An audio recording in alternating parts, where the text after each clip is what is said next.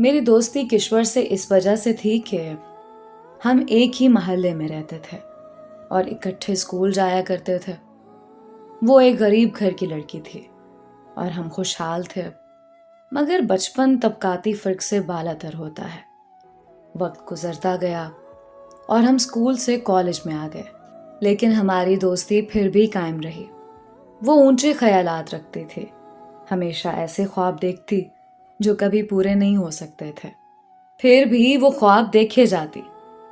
امی میرا کسی کے گھر جانا پسند نہیں کرتی تھیں اور کشور کی ماں اسے سہیلیوں کے گھر جانے سے نہیں روکتی تھیں، تبھی وہ زیادہ وقت میرے گھر میں گزارتی تھی۔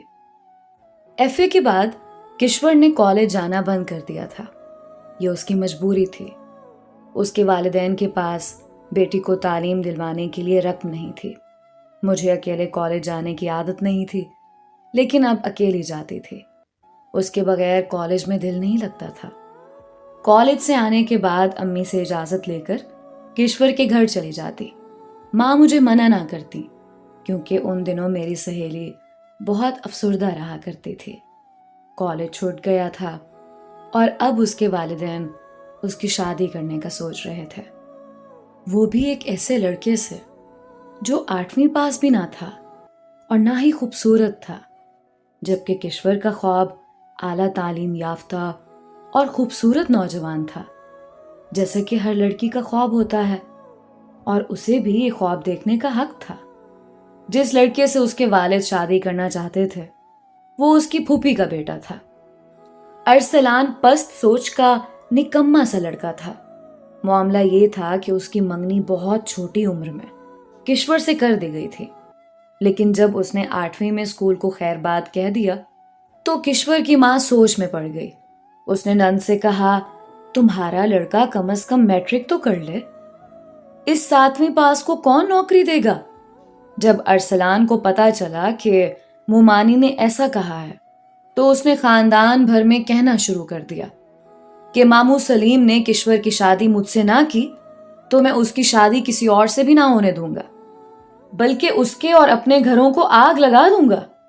اس کی دھمکیوں سے کشور کے والد گھبرا گئے، اور ان کی اور لڑکیاں بھی تھیں بغیر جہیز کے جن کی شادیاں اچھے گھرانوں میں نہیں ہو سکتی تھیں۔ انہی دنوں ہمارے پڑوس میں ہمارے رشتہ دار آ گئے۔ ان کا لڑکا وقار انجینئر بن رہا تھا، اسے سوائے اپنی پڑھائی کے کسی سے سروکار نہ تھا۔ کشور نے جب وقار کو دیکھا تو بولی، صوبیا، کاش میری شادی تمہارے اس کزن سے ہو سکتی۔ میں نے جواب دیا کہ تمہارا منگیتر تو قسم کھا چکا ہے کہ اگر اس کی شادی تم سے نہ ہو سکی تو وہ سارے محلے کے گھروں کو آگ لگا دے گا۔ وقار مجھے بھی اچھا لگا۔ یہ عجیب بات تھی کہ ہم دونوں کو ایک ہی لڑکا پسند آیا تھا۔ کشور کو جو چیز پسند آتی وہ مجھ سے مانگ لیتی، لیکن میں نے اسے کبھی کچھ نہیں مانگا تھا۔ پڑوس میں خالہ سلمہ کے آنے سے رونق ہو گئی تھی۔ انہوں نے ہمارے گھر اور ہم نے ان کے ہاں آنا جانا شروع کر دیا۔ وہ کافی باتونی مگر پیار کرنے والی خاتون تھی۔ ایک دن میں خالہ سلمہ کے گھر گئی تو دیکھا وقار صحن میں بیٹھا ہے۔ خالہ نظر نہ آئی تو میں نے اس کو سلام کیا اور خالہ کے بارے میں پوچھا۔ وہ بولا، کچن میں ہے، بلاؤں؟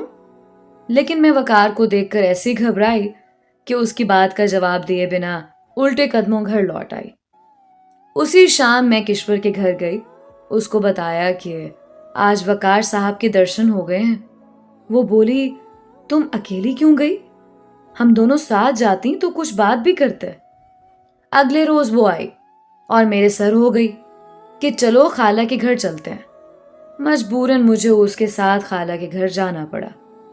وہ حسب معمول کرسی صحن میں ڈالے پڑھ رہا تھا۔ میں چپ رہی۔ کشور نے اسے سلام کیا، اس نے جواب دیا۔ تبھی خالہ کچن سے نکلی اور ہمیں آواز دی۔ ہم خالہ سلمہ کی طرف چلی گئیں۔ اس کے بعد تو کشور کو وقار کے خواب آنے لگے۔ ان خوابوں کا گویا تانتا بند گیا۔ وہ روز ہی کہتی کہ چلو تمہاری خالہ کے گھر چلتے ہیں۔ میں اسے سمجھاتی کہ روز روز جانا ٹھیک نہیں، بار بار جانے سے وہ کیا سمجھ بیٹھے؟ میرے بار بار منع کرنے پر وہ چپ ہو گئی اور میرے سامنے وقار کا ذکر کرنا بھی چھوڑ دیا، مگر اس کے دل میں میرے کزن کے لیے ایک طوفان چھپا ہوا تھا۔ انہی دنوں اس کے والدین نے اس کی شادی ارسلان سے کر دی، جو اس کو بالکل بھی پسند نہیں تھا۔ وہ والدین کے مجبور کرنے پر مارے باندھے راضی ہو گئی۔ جس روز دلہن بنی ودا ہو رہی تھی، بہت غمگین تھی۔ مجھے دکھ ہو رہا تھا کہ اس کی شادی اس کی مرضی کے بغیر ہو رہی تھی۔ اس کے چلے جانے کے بعد دن بہت بور گزرنے لگے۔ زبردستی میں نے پڑھائی میں دل لگا لیا۔ گریجویشن کے بعد ایسی اکتاہٹ ہوئی کہ چین نہ آتا۔ والد سے اجازت لی اور ایک اسکول میں پڑھانا شروع کر دیا۔ ایک روز اسکول سے گھر لوٹ رہی تھی کہ بارش نے آ لیا۔ لمحوں میں تمام بھیگ گئی۔ سنبھل سنبھل کر چل رہی تھی کہ پانی سے بھرے راستے میں پھسل نہ پڑوں۔ تبھی وقار آتا نظر آیا۔ وہ اپنے کالج سے آ رہا تھا۔ میرے قریب آ کر سواری روک لی اور کہنے لگا، میں گھر جا رہا ہوں، میرے ساتھ ساتھ چلو ورنہ بھیگ جاؤ گی۔ میں نے انکار کر دیا کہ خود چلی جاؤں گی۔ کیسے جاؤ گی اتنی بارش میں؟ کوئی رکشہ کر لوں گی۔ اچھا، رکشے والا زیادہ معتبر ہے مجھ سے؟ ٹھیک ہے، میں تم کو رکشہ کیے دیتا ہوں۔ اس نے ذرا آگے جا کر ایک رکشے والے کو پکڑا اور میرے پاس لے آیا۔ میں رکشے میں بیٹھ گئی۔ اس نے اپنی کار میرے پیچھے رکھی۔ جب گھر پر اتری، جلدی سے اندر چلی گئی، پلٹ کر نہیں دیکھا، کیونکہ رکشے والے کو کرایہ اس نے پہلے سے دے دیا تھا۔ گھر آتے ہی ایک بڑی پریشانی نے استقبال کیا۔ امی جان بستر پر پڑی تھیں۔ ان کی طبیعت خراب تھی۔ والد گھر پر نہ تھے۔ امی دمے کی کیفیت میں تھیں۔ میرے ہاتھ پاؤں پھول گئے۔ تبھی دوڑی خالہ سلمہ کی طرف۔ وہ میرے ساتھ آ گئیں۔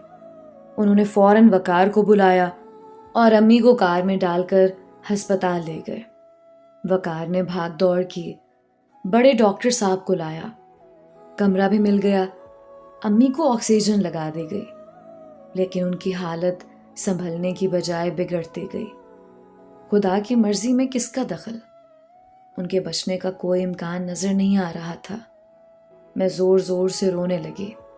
خالہ جان اور وقار نے مجھ کو تسلی دی، مگر میرے دل کو چین کہاں۔ ابو مجھ کو تسلی دینے کی بجائے امی کی حالت دیکھ کر خود نڈھال تھے۔ وہ امی سے بہت پیار کرتے تھے۔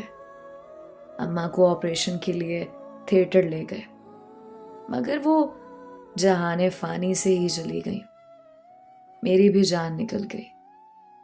ابو دل تھام کر بیٹھ گئے۔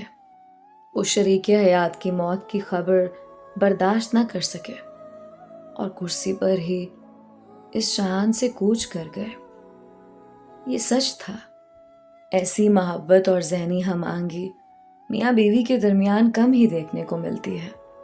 سب ان کے ایک ساتھ اس دنیا سے چلے جانے پر حیران تھے، اور میری حالت کا کون اندازہ کر سکتا ہے، جس کے ماں باپ ایک ساتھ دنیا سے رخصت ہو گئے ہوں۔ ان کے اکٹھے جنازے جاتے دیکھ کر میں خود بھی اسی لمحے مر جانا چاہتی تھی۔ چند دن تو رشتہ دار میرے ساتھ رہے، پھر ایک ایک کر کے سبھی رخصت ہو گئے۔ صرف سلمہ خالہ رہ گئیں۔ وہ مجھے اپنے گھر لے گئیں، مگر مجھے وہاں چین نہ ملا۔ میں نے کہا، خالہ مجھے اپنے گھر پر رہنا ہے۔ خالہ نے مستری کو بلوایا اور اپنے اور ہمارے گھر کے بیچ اٹھی دیوار میں ایک در لگوا دیا، تاکہ وہ اپنے گھر میں گھریلو فرائض انجام دیں، اور در کھلا رہنے سے میں بھی اپنے گھر میں خود کو اکیلا محسوس نہ کروں۔ وہ لمحہ لمحہ میری خبر رکھتی تھی۔ ماموں اور ممانی کراچی سے آئے تو کہا کہ ہمارے ساتھ چلو۔ میں نے انکار کر دیا کہ میں کسی صورت والدین کا گھر چھوڑ کر نہیں جاؤں گی۔ تبھی ماموں ممانی اور خالہ سلمہ نے فیصلہ کیا کہ میری شادی وقار سے کر دیں، تاکہ میں زندگی بھر اپنے ہی گھر سکون سے رہ سکوں۔ وقار ابھی شادی نہ کرنا چاہتا تھا۔ اس کی تعلیم کا آخری سال تھا، لیکن والدین کی وفات کے بعد میں اکیلی رہ گئی تھی۔ اس کا احساس وقار کو بھی تھا۔ وہ ایک اچھا انسان تھا۔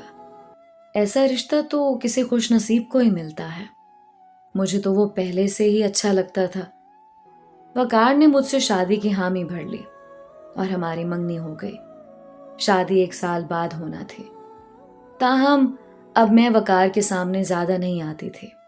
جب ہم آمنے سامنے ہوتے میں گھبرانے لگتی۔ اسے میری یہ ادا اچھی لگتی تھی۔ یوں وہ بھی مجھ سے زیادہ باتیں نہیں کرتا تھا۔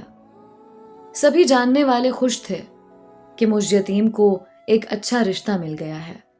اب سلمہ خالہ ہماری شادی کی تیاریوں میں مصروف تھیں اور مجھے کشور بہت یاد آ رہی تھی۔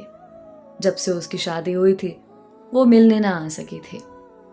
خبر نہیں کہ شوہر اسے کہاں لے گیا تھا۔ اس کا شوہر نشہ کرتا تھا